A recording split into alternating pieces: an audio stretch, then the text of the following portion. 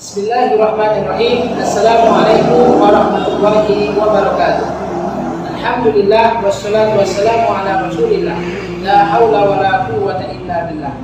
Bapak sekali dimuliakan Allah Subhanahu wa taala. Pada kesempatan kali ini saya akan berbagi tips bagaimana mahir berbahasa Arab. Mari kita simak video berikut ini. Ikhwah sekalian dimuliakan Allah Subhanahu wa taala. Tips pertama agar kita mahir berbahasa Arab adalah memperbanyak kosakata atau dalam bahasa Arab mufradat.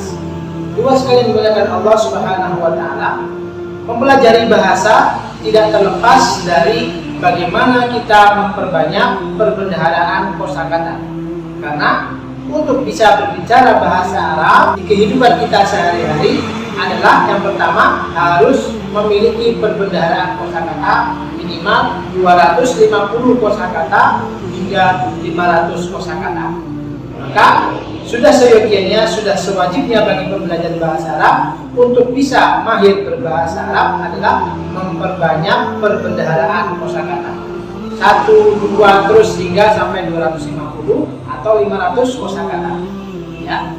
Itu adalah syarat yang pertama, tips yang pertama. Tips yang kedua adalah mempelajari tata bahasa dalam bahasa Arab atau kita lebih kenal dengan nahwu dan shorof. Apa perbedaan nahwu dan shorof? Yang pertama adalah nahwu. Nahwu adalah ilmu yang mempelajari perubahan harokat akhir kata karena disebabkan faktor yang masuk di dalamnya. Contoh, saya kasih contoh. Qara'a Muhammadun al-Qur'ana. Qara'a Muhammadun. Kenapa dibaca Muhammadun bukan Muhammadan? Nah, di sini kita membahas ilmu nahwu. Karena Muhammadun kedudukannya sebagai subjek atau kita dalam bahasa Arab dinamakan fa'il, maka harus dibaca dhamma, ya, atau yang menggantikannya. Maka ketika kedudukan Muhammadun sebagai fa'il wajib berharokat dhamma atau yang menggantikannya. Karena nanti ciri dhamma itu adalah salah satu saja, ada yang menggantikannya. Kemudian Al-Qur'ana. Al-Qur'ana, kenapa dibaca fathah bukan dibaca Al-Qur'ani? Nah, karena di sini sebagai objek. Ya, objek dalam bahasa Arab dikenal dengan maf'ul bih, yang wajib berharokat fathah atau yang menggantikannya.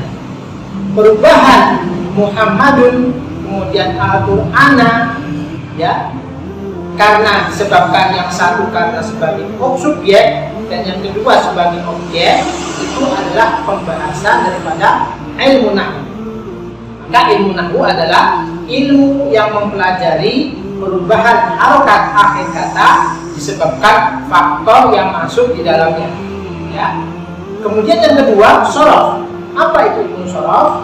Shorof adalah ilmu yang mempelajari perubahan satu kata menjadi bentuk kata yang lain. Ya. Jadi ilmu yang mempelajari tentang derivasi kata. Apa itu derivasi kata? Jadi ilmu turunan kata. Kita kasih contoh. Katabal katibu al-kitabata. Saya ulang lagi. Katabal katibu al-kitabata.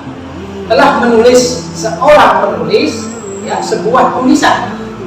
Ya, di sini asal katanya dari kataba menjadi al-katibu, ya, sebagai fa'il berharokat dhamma, ingat dalam ilmu nahwu. Kemudian al-kitabata menjadi al-kitabata. Padahal dari ketiga kalimat ini berasal dari satu akar kata yang sama, yakni kataba. Maka wilayah ilmu shorof adalah yakni membahas tentang perubahan kataba menjadi al-katibu menjadi al-kitabata. Sedangkan wilayah nahwu itu adalah wilayah mempelajari harokat akhir kata, di mana al-katibu sebagai fa'il atau sebagai subjek harus berharokat dhamma. Al-kitabata berharokat fathah karena sebagai objek atau sebagai maf'ul bih. Ya, itu adalah tata bahasa dalam bahasa Arab, ilmu nahwu dan ilmu shorof. Insyaallah ibu sekalian harus bisa membedakan antara ilmu nahwu dan ilmu sharaf. Kemudian yang ketiga, tips yang ketiga agar kita mahir berbahasa Arab adalah memperbanyak latihan. Ya, setelah kita tips yang pertama memperbanyak perbendaharaan kosakata, kemudian secara perlahan kita mempelajari tata bahasa, ilmu nahwu dan ilmu sharaf. Yang ketiga adalah mempraktekkan bahasa Arab, baik untuk percakapan maupun membaca dalam bahasa Arab. Ya, jadi harus memperbanyak latihan, karena dengan latihan kita bisa menyempurnakan kekurangan dari perbendaharaan bahasa kita maupun tata bahasa kita. Buat sekalian dimuliakan Allah Subhanahu wa taala, tips yang keempat ini hanya bersifat motivasi, bahwasanya untuk mempelajari bahasa Arab membutuhkan waktu yang cukup panjang. Kita tidak bisa mempelajari bahasa Arab ini secara instan, terburu-buru, ya, karena ingat bahwa al-jazā'u 'alā qadril masyaqqah, bahwasanya balasan itu tergantung daripada tingkat kesulitannya. Makin terdapat banyak kesulitan, semakin besar pula balasannya. Sebagaimana kita belajar bahasa Arab, ya, intinya untuk menguasai bahasa Arab segeralah kita mulai belajar sepanjang hayat. Ya. Kemudian belajar bahasa Arab ibarat kita bermain puzzle luas sekalian, sepotong demi sepotong. Itu belum terlihat keindahan daripada kita bermain puzzle. Semakin banyak potongan yang sudah kita rangkai, demikian juga kita dalam belajar bahasa akan bisa merangkai dengan begitu banyak kata, sehingga kita bisa membaca, bisa melakukan percakapan, baru akan merasakan indahnya dari sebuah puzzle, akan membentuk sebuah gambar. Ya, demikian juga bahasa Arab. Ketika tahap demi tahap kita lalui, belum terasa indah. Bisa jadi kita akan mengalami kebosanan. Tetapi percayalah, karena kita mempelajari bahasa Arab ini bagian dari agama Islam, akan terasa indah nanti ketika kita sudah merasakan puzzle-nya sudah terbentuk sebuah gambar.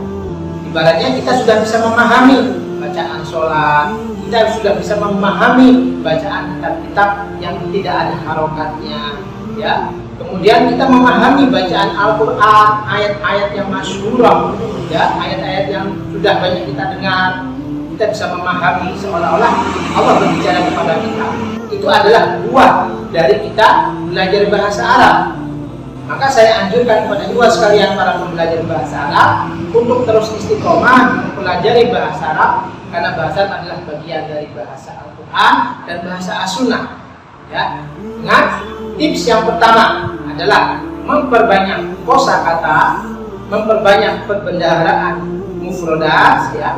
Tips yang kedua adalah mulai mempelajari tata bahasa, baik ilmu nahwu maupun ilmu sharaf. Masih ingat perbedaannya nahwu dan sharaf? Ya. Kemudian yang ketiga adalah mempraktekkan dalam percakapan dengan sahabat kita, dengan rekan kita, dengan ustaz kita, ya, maupun latihan membaca tanpa harokat. Yang keempat adalah tulu zaman, seperti halnya pesan Imam Syafi'i. Pesan yang keenam dari para thalibul ilmi untuk para thalibul ilmi adalah waktu yang panjang, ya. Jadi mempelajari bahasa Arab membutuhkan waktu yang cukup panjang sehingga kita bisa merasakan buah dari bahasa Arab. Ya, baik buat sekalian dimuliakan Allah Subhanahu wa taala, semoga tips yang saya share pada kesempatan kali ini bermanfaat untuk tua sekalian para pembelajar bahasa Arab maupun adik-adik sekalian yang sedang belajar di Al-Kalam. Ya, semoga ilmu kita bermanfaat, semoga kita diberikan ilmu yang bermanfaat oleh Allah Subhanahu wa taala. Subhanakallahumma bihamdika asyhadu an la ilaha illa anta astaghfiruka wa atubu ilaik. Wabillahi taufiq wal hidayah. Wassalamualaikum warahmatullahi wabarakatuh.